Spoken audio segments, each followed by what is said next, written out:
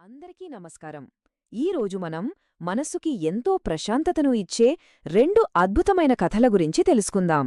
ఈ కథలు మనలో విశ్వాసం యొక్క శక్తిని, ఆ దేవుడి అంతులేని కరుణను మన కళ్లకు కట్టినట్టు చూపిస్తాయి. ఇవి కేవలం కథలు కాదండి, మన జీవితాలకి మార్గాన్ని చూపే దివ్య జ్యోతులు. చూడండి, ఎంత అద్భుతమైన మాటో కదా ఇది.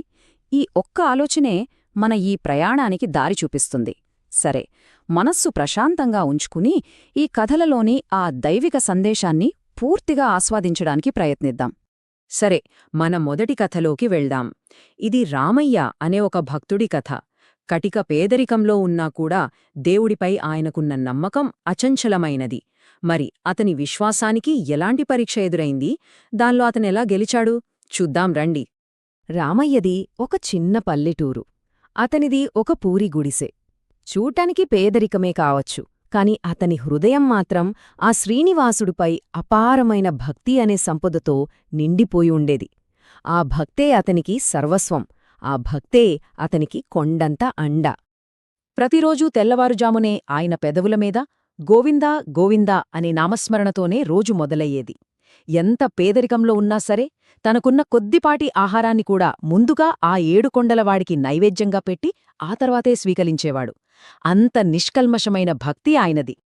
కాని విధి అతని భక్తిని పరీక్షించాలనుకుందేమో.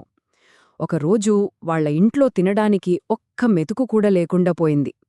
పిల్లలేమో ఆకలితో ఏడుస్తున్నారు. ఆ ఇల్లంతా నిస్సహాయతతో నిండిపోయింది. ఇక పిల్లల ఆకల్ని చూడలేకపోయింది అతని భార్య.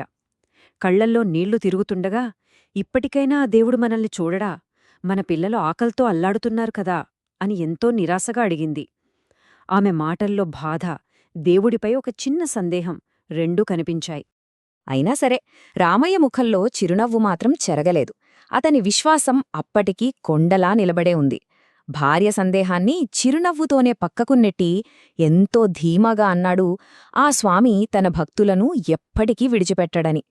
ఆ 7 కొండలవాడే తనను ఆదుకుంటాడనే ఒకే ఒక నమ్మకంతో రామయ్య తిరుపతికి పాదయాత్ర మొదలుపెట్టాడు. ఎండలేదు, వానలేదు, ఆకలి దప్పులు అస్సలు లెక్కే చేయలేదు. నడుస్తూనే ఉన్నాడు. శరీరం నీరసించిపోతోంది, కాని అతనిలోని భక్తిజ్వాల మాత్రం ఇంకా వెలుగుతూనే ఉంది. ఒకానొక దశలో అతని కాళ్ళు తడబడ్డాయి, కళ్ళు తిరిగాయి. ఇక కింద పడిపోతాడనగా సరిగ్గా అదే సమయానికి ఒక అద్భుతం జరిగినట్లు ఎక్కడినుంచో ఒక తేజస్సుతో వెలిగిపోతున్న వృద్ధుడు అతని ముందు ప్రత్యక్షమయ్యాడు. ఆ క్షణమంతా నిశ్శబ్దంగా అయిపోయింది. ఆ పెద్దాయన రామయ్య ఆకలిని తీర్చడానికి ఆహారమిచ్చాడు, దాహం తీర్చడానికి చల్లని నీళ్లిచ్చాడు.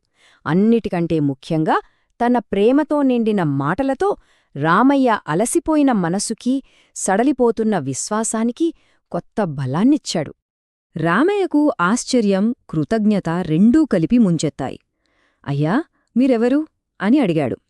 దానికి ఆ వృద్ధుడు ఒక చిరునవ్వు నవ్వి, నీ అచంచలమైన విశ్వాసమే నన్ను ఇక్కడికి తీసుకువచ్చింది అని చెప్పి కళ్లముందే మాయమైపోయాడు. ఆ ఒక్క క్షణం రామయ్యకు అంతా అర్థమైపోయింది. తనను ఆదుకోడానికి వచ్చింది మరెవరో కాదు, తను నమ్ముకున్న సాక్షాత్తు శ్రీ వెంకటేశ్వరస్వామి అని గ్రహించాడు. అతని శరీరం ఆనందంతో పులకరించిపోయింది. కళ్లనుండి ఆనందభాష్పాలు ఆగలేదు.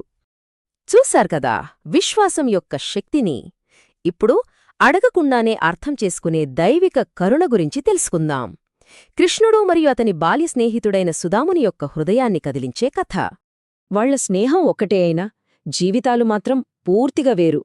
ఒకరేమో ద్వారకకే మహారాజు, బంగారు సింహాసనంపై కూర్చున్న శ్రీకృష్ణుడు. మరొకరేమో ఒక పూరి గుడిసెలో ఉంటూ పూట గడవడమే కష్టంగా ఉన్న సుధాముడు అనే ఒక నిరూపేద బ్రాహ్మణుడు. భార్య ప్రోత్సాహంతో, తన కష్టాలు తీరతాయనే ఒక చిన్న ఆశతో సుధాముడు తన బాల్య స్నేహితుడైన కృష్ణుణ్ణి కలవడానికి బయలుదేరాడు. ఒక చక్రవర్తికి కానుకగా ఇవ్వడానికి అతని దగ్గరే ఏముంటుంది, ప్రేమతో మూటగట్టిన కొన్ని అటుకులు తప్ప. చినిగిపోయిన బట్టలతో ఉన్న తన స్నేహితుడిని చూడగానే కృష్ణుడు సింహాసనం దిగి పరుగుపరుగున వచ్చి సుధాముడిని ఆనందంతో గట్టిగా కౌగిలించుకున్నాడు. సుధాముడు సిగ్గుపడుతూ ఇచ్చిన ఆ అటుకులను ఎంతో ఇష్టంగా స్వీకరించాడు. ఆ క్షణం రాజు పేడ అనే తేడా వారి స్నేహం ముందు కరిగిపోయింది. కృష్ణుడి ప్రేమ, ఆదరణ చూసి సుధాముడికి నోట మాట రాలేదు. తన దారిద్ర్యం గురించి చెప్పి అంత పవిత్రమైన స్నేహాన్ని కించపరచడం అతనికిష్టం లేకపోయింది. అందుకే సహాయం అడగలేక మౌనంగా ఉండిపోయాడు. అవును, సుధాముడు తన నోటితో ఏమీ చెప్పలేదు, కాని సర్వాంతర్యామి అయిన ఆ శ్రీకృష్ణుడికి తన స్నేహితుడి గుండెచప్పుడు తెలియదా? అతని మౌనంలో దాగి ఉన్న ఆవేదనను కృష్ణుడు విన్నాడు. తిరిగి తన ఊరికి చేరుకున్న సుధాముడు ఆశ్చర్యంతో నిలబడిపోయాడు. తన పూరిగుడిస ఉన్న చోట ఇప్పుడు ఒక ఇంద్రభవనంలాంటి సౌధముంది. కృష్ణుడి మౌన కరుణ సుధాముడు అడగకుండానే అతని దారిద్ర్యాన్నే మొత్తం తొలగించేసింది. ఈ రెండు కథలు వినడానికి వేర్వేరుగా ఉన్నా వాటి ఆత్మమాత్రం ఒక్కటే. రెండూ కూడా విశ్వాసానికి, దైవకరుణకు మధ్య ఉన్న విడదీయరాని బంధాన్ని మనకు చూపిస్తాయి. వాటిలోని ఆ లోతైన సారాంశమేంటో ఒక్కసారి చూద్దాం. చూడండి, రామయ్య కథ మన విశ్వాసం సడలకుండా ఉంటే దేవుడు ఎప్పటికైనా ఆదుకుంటాడని నిరూపిస్తుంది. సుధాముని కథేమో మనం అడగకపోయినా మన అవసరాలను గ్రహించి సహాయం చేసే దైలిక కరుణను చూపిస్తుంది. సో ఈ కథల నుండి మనం గ్రహించాల్సిందేంటంటే, దేవుడు మన విశ్వాసాన్ని పరీక్షిస్తాడు, కాని ఎప్పటికీ విడిచిపెట్టడు. నిజమైన స్నేహం కూడా ఒక దైవ సంబంధమే. ఇక కరుణ మనం మాటల్లో చెప్పలేని బాధలను కూడా అర్థం చేసుకుంటుంది. ఒక్కసారి మన జీవితాల గురించి ఆలోచిద్దాం. మన విశ్వాసం ఏ రూపంలో ప్రార్థిస్తుంది? మరి ఆ దైవ కరుణ మన ప్రార్థనలకు ఎలా సమాధానమిస్తుంది? గుర్తుంచుకోండి, ప్రార్థన అంటే కేవలం మాటలు కాదు, అది మన హృదయంలోంచి వచ్చే ఒక నిశ్శబ్ద ఆకాంక్ష. అలాగే కరుణ, అది ఎప్పుడూ మన కళ్ళకు కనిపించే రూపంలోనే రాకపోవచ్చు. ఈ రెండు కథలు మనలో విశ్వాసాన్ని, ఆశను నింపాయని ఆశిస్తూ ఆ గోవిందుడి నామస్మరణతో ఈ వివరణను ముగిద్దాం. సర్వే జనాః సుఖినో భవంతు. గోవిందా గోవిందా.